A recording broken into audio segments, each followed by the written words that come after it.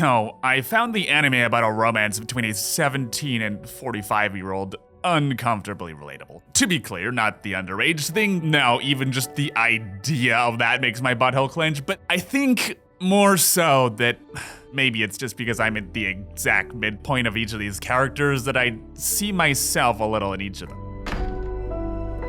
After the Rain is this melancholic story about a 17-year-old who is in love with the boss at her part-time job because, you know, he's so much older and more mature than her boring classmates with their high school drama. Instead, oh my god, what are you doing? Well that happened.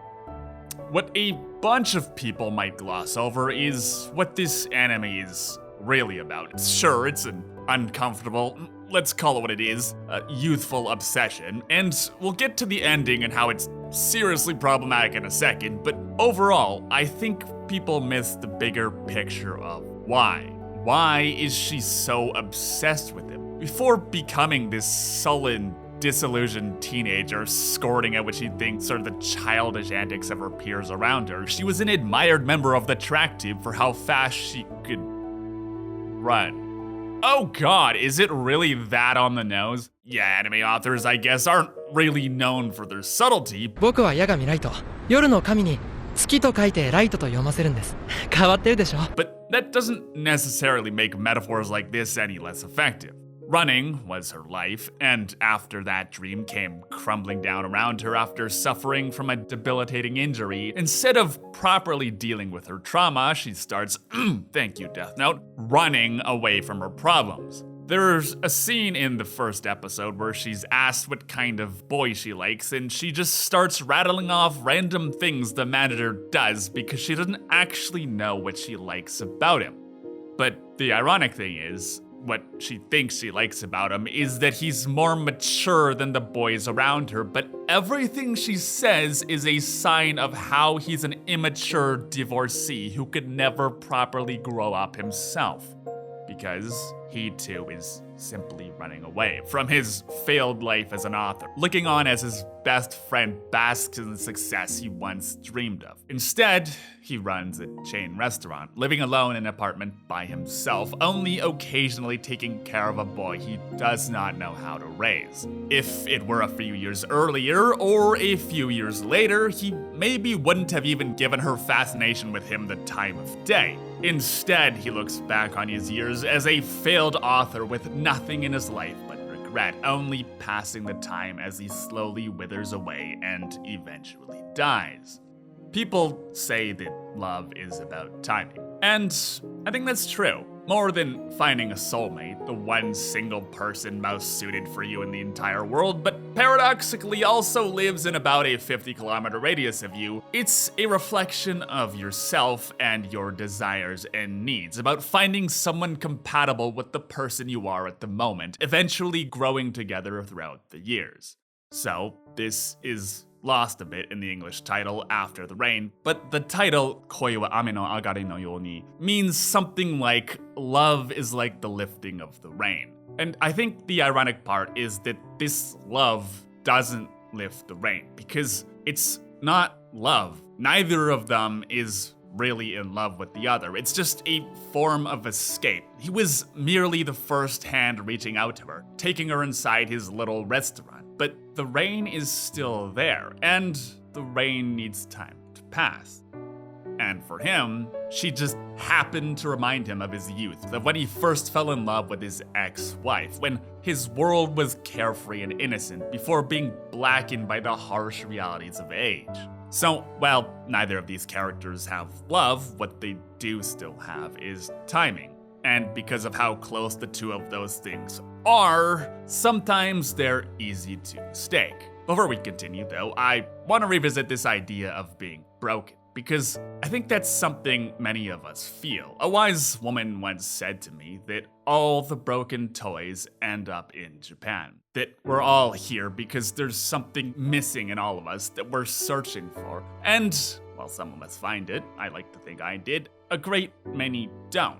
They come here seeking a desire to be different, running from this sinking feeling that you've outgrown the life and the people who you've walked aside for your whole life. But if you look for something to fill that hole, you'll never find it. Because no matter where you go, you're taking your problems with you. Because they're not about where you are, but you yourself. And it's exactly the same with relationships. I mean, she has literally nothing in common with him. She gets coerced into going on a date with this creepy dude who takes her to some place she doesn't give a shit about. And then when she ends up convincing Kondo to go on a date with her, he takes her to the exact same fucking place. And throughout the show, she slowly realizes she has nothing in common with him. I mean, she literally doesn't even realize he has a kid until midway through the first episode. Halfway through, she follows his kid to his apartment and finds the home of a stranger covered in books and unrealized dreams of being an author. She realizes she has no idea who this person is, and yet she somehow only becomes more and more obsessed with him. But then, the more time they spend with each other, the more time each of them grows apart.